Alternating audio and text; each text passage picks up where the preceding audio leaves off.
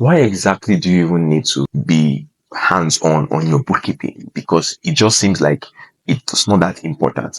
But let me give you an example. Imagine a business owner who just started his business and he's very good at sales, very good at marketing, very good at getting customers for his business.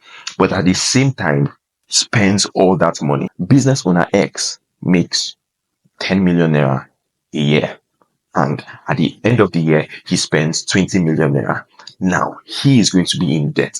He's going to be in debt at the end of the year. And the reason for this is because he has no grasp on how he's actually spending money in his business. As a business owner, you have to be financially literate. You have to know exactly what's going on with the finances of your business. As you grow your business, or as your business grows, or as your business expands, you might hire someone to take care of your business expenses, take care of your bookkeeping and all those. But at the early stages of your business, you need to have a hands-on grasp. So later on in your business, you can be able to say that, okay, I understand this at the basic level. So I'm going to hire an expert to be able to like fulfill that role of a bookkeeper or an accountant or whatever. But this video is for business owners who are starting out, who have no idea how their books work, who have no idea how their income statements work.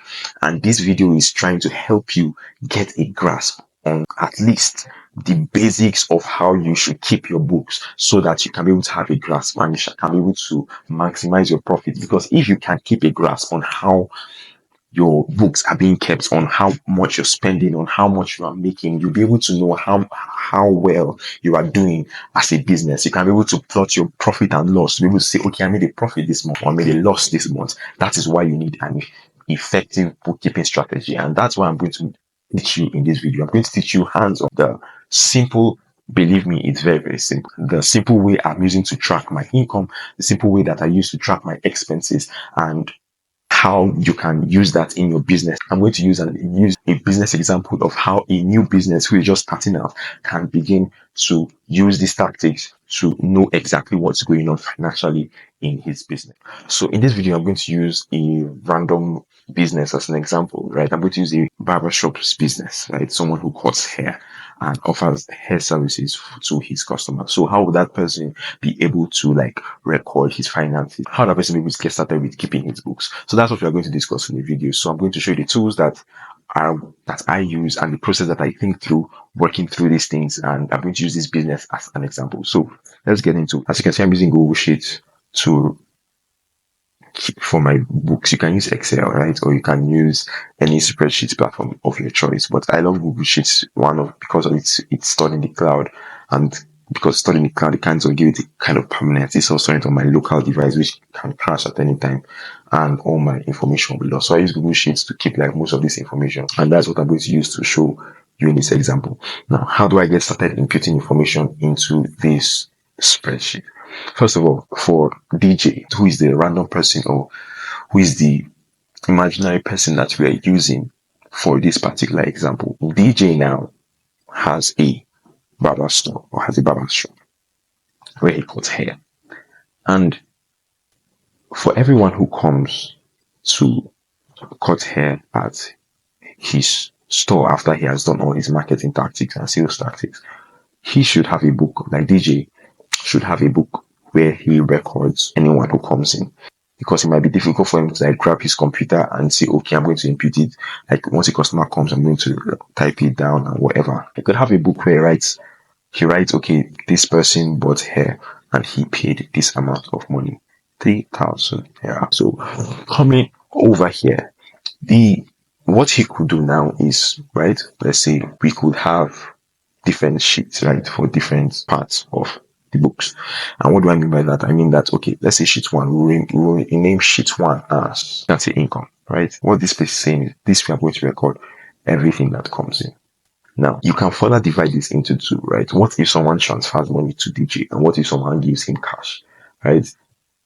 He could, on his exercise book, indicate which part of it is cash and which of it is transfer, which of it is POS, and then he can now elaborate and say that, okay, I'm going to record this as cash, I'm going to record this as transfer. Here, he can have a separate sheet where you can say, okay, cash, have a separate sheet that says transfer. But if you're starting out, it really doesn't matter whether you say cash or transfer. But how I do it personally, I have cash and transfer. It just makes things easier, so I can know, it makes for easier tracking of like where some things are coming out from. But at the basic level, you can just have an income statement, right? And here we can just say, just write income, right? Make it bold, and then increase the size because these are titled. You don't have to do this though. 30, however. And then we're going to have a date. We're going to have what? Debit, and we're going to have what? Credit. But what I mean by debit and credit is how much money leaves, how much money stays, right? How much money do I get? That is debit. Debit leaves, credit stays, and use this as the basics for what I'm about to say moving forward. Debit and credit. Debit going out, credit coming in.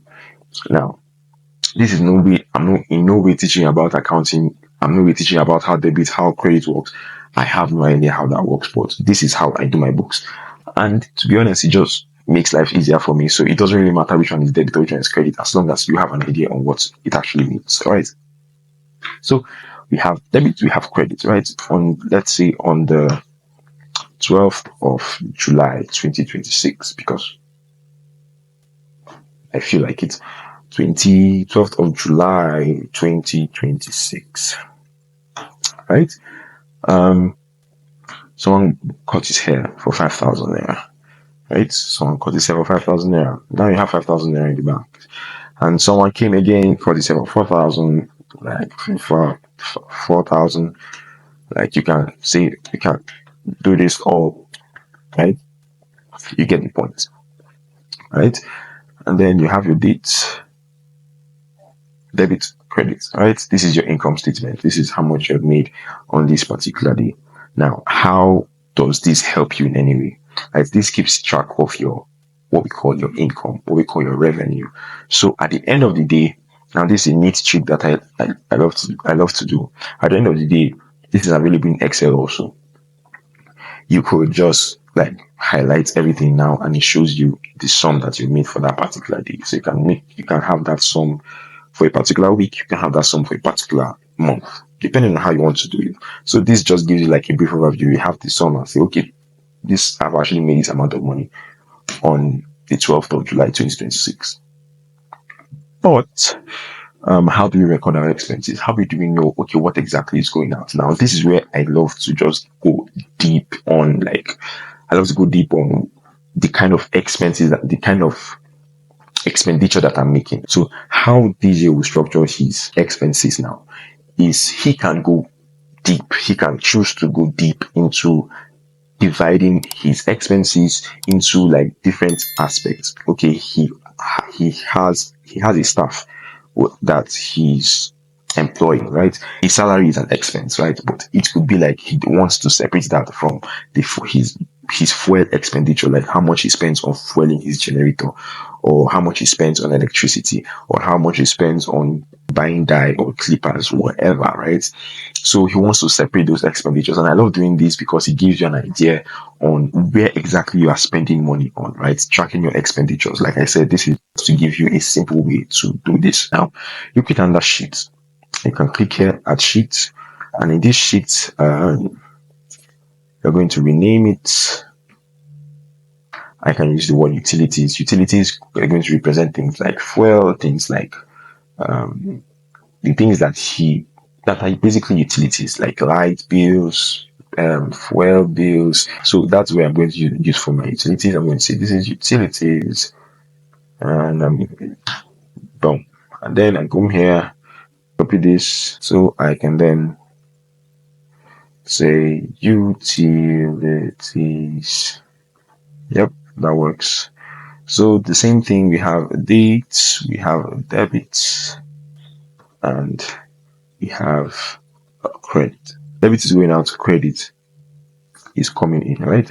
Then what am I going to do? I'm going to write, this is how much they spend. Let's see, what's the date? This is 12th. This is 2026. I pronounce say, My debit, how much did I spend? I spent 500 naira on fuel. I spent 1k on light. This makes everything like easier, right? You can now have another point and that place where you can see your salaries. On this particular date, I paid this amount for salaries. And then at the end of the month, you can now have a breakdown and say, okay, this is how much I made and this is how much I spent. That's the basics of how to keep your books as simple as possible, how you can do it yourself without having to go through an elaborate